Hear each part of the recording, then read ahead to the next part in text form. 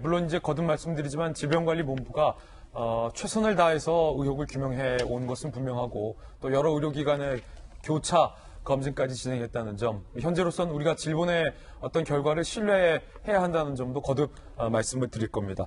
그렇다면 이게 궁금한 게 최 위원장님, 네. 부모님이 지금 가슴을 치고 있잖아요. 얼마나 마음 아프겠습니까? 그렇다면 왜 이 17세 소년이 이렇게 급격하게 상황이 악화돼서 결국 죽음에 이르렀는가와 관련된 부분이 여전히 부모님의 마음속에는 궁금함으로 한으로 남을 것 같아요. 어떻게 볼 수 있습니까, 이 부분? 여러 가지 지금 그 조사를 당연히 해야 되겠죠. 지금 많은 의료계에서 이야기했듯이 다발성 장기 부전에서 사망하셨고, 또 그런 가능성으로 코로나19 바이러스 감염, 기타 다른 여러 가지 그런 그 치료의 과정에서 볼 수 있는 그런 부분 논의가 되고 있습니다. 그러나 이 부분은 아까도 계속 말씀드렸습니다만, 주치의가 치료를 담당했던 주치의가, 즉 환자를 계속 치료했던 의사가 이 모든 것을 판단하고 그거에 대한 진단서를 써야 될 권한이 있고, 그리고 그에 대한 것은 법적으로 보호된 겁니다. 예를 들어서 진단검사의학회에서 이 PCR 검사를 했던 사람이 진단서 쓰지 않습니다. 엑스레이 검사에서 MRI 찍었던 사람이 의사가 진단서 쓰지 않습니다. 법적 권한은 주치의한테 있습니다. 주치의는 당연히 PCR 검사든 엑스레이 검사든 모든 그 전문가의 의견을 종합해서 최종적으로 판단합니다. 따라서 이 부분 매우 적절치 않고요. 아까 말씀하신 대로 당연히 질병관리본부의 의견이 나중에 맞다고 나올 수도 있습니다.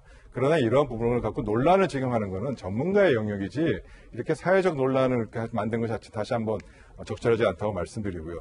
두 번째로 이 점에서 사실 그것보다 더 중요한 거는 패널분께서도 또 이야기해 주셨습니다만, 이 헌법에 보장된 국민 건강권과 의료법에 보장된 환자가 적절한 진료를 받을 수 있는 진료권이 감염병 예방법과 충돌하면서 발생하는 이 부분이 시스템적으로 적절하지 않아서 발생하는 문제점입니다.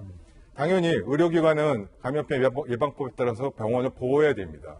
그러나 그렇다 하더라도 환자가 생명이 경각에 달려있거나 하는 상황에서는 필요하다면 복도에서라도 누워서 시설이 없으면 치료도 해야 되고요. 그럼요. 필요하면 바깥에 헝겊이라도 담요도 깔아서 수술해야 됩니다.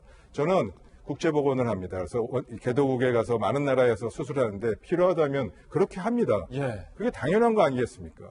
그러한 부분을 판단해서 이미 여러 차례 이외와 유사한 사례가 나왔습니다. 대구에서 자가격리 중에 적절한 치료를 받지 못해서 조기 사망하신 분, 또 얼마 전에 백병원에 진료를 기다리다가 여러 가지 상황에서 진료를 못 받은 상황에서 아까 이제 대구 출신인 거를 말씀 안 해서 논란이 됐던 부분이 다 결국 진료권과 감염병 예방법이 충돌한 지점이고요. 이거에 대해서 여러 차례 의료계가 권고안을 냈습니다.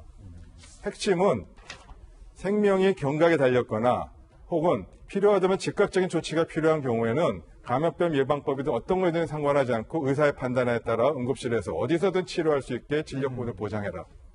그거는 의사의 권한입니다. 그리고 권한이고 국민의 생명을 보호해야 되는 마지막 보루입니다. 법으로 해결될 수 있는 부분이 아니고요. 최종적으로 환자를 보고 있는 주치의의 의견에 따라서 그런 부분은 보장될 수 있는 것이 빨리 보호되는 것이 필요하다고 보입니다. 예. 다시는 이 17세 남학생과 같은 일이 반복돼서는 안 될 것 같습니다. 다시 한번 유가족과 또 고인에게 애도의 뜻을 표하겠습니다.